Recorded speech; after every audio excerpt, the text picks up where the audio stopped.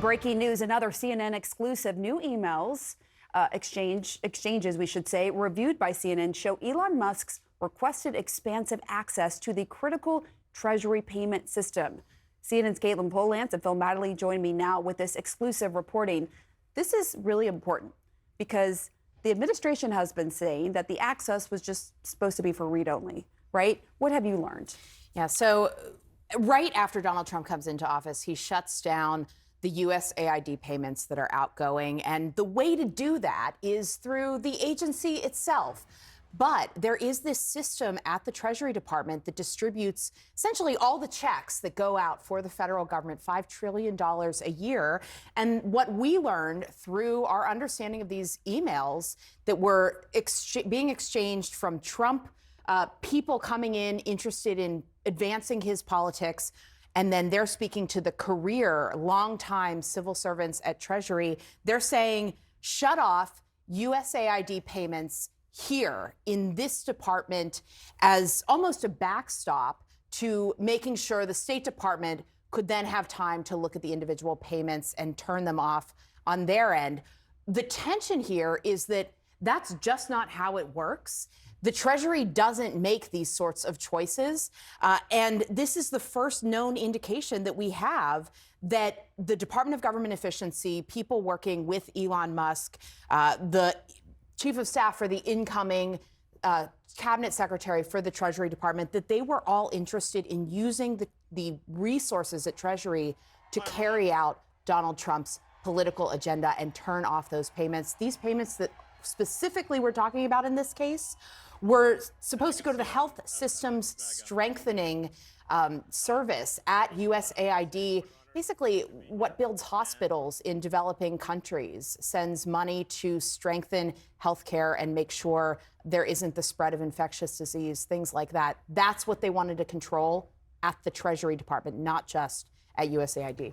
I think what was so striking as we reviewed this, we knew things going into this particular line of reporting, which was last week, a career civil servant of more than 35 years, the most senior career official at the Treasury Department, and the acting secretary, as they waited for Scott Bessent to be confirmed, resigned. We knew that something had happened that forced him to resign. We knew it involved the payment systems. We didn't know specifically what it was. We don't know much of anything about what the DOJ team and their operations and their associates are doing across all these government agencies right now. The opacity is kind of the point, I think, on some level.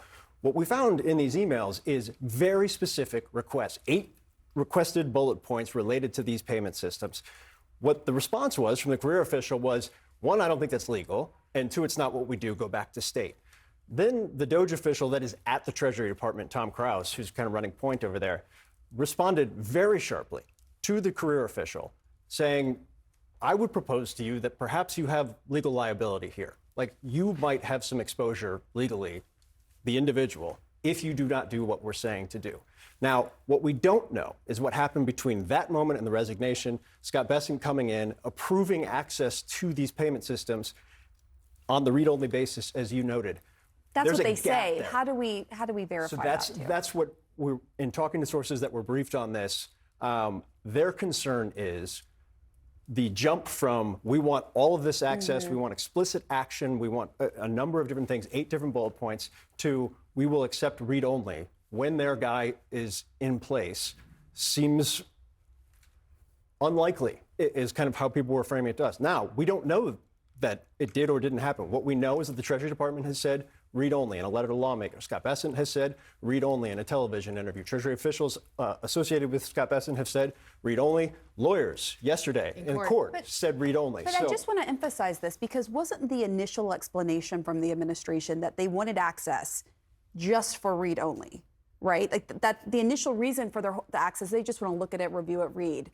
But that's undercut, right, by these emails that they didn't just want to I mean, there read. Seems to be a very clear revelation here that there was an interest to use the Treasury Department systems in place as a way to turn off payments to fall in line with the White House. That on itself is just not what we have been hearing. And the reason that, Democratic senators on Capitol Hill have been asking so many questions, it's not just about whether the White House or the Treasury Department can turn off payments to USAID or whichever part. It's also the fact that there's a massive amount of protected and private information in this payment system. And it's a system within the Treasury Department that is very closely held. Very few people work on it. It really hadn't been paid attention to by people in political spheres for a long time. And one thing, Pam, that we were also told by a source here in reporting this out is that Bessent, the secretary, didn't give limitations initially when he brought the Doge people in to do this, even after these emails when he came in to play. That's important context. All right, Phil, Caitlin, excellent reporting. Thank you.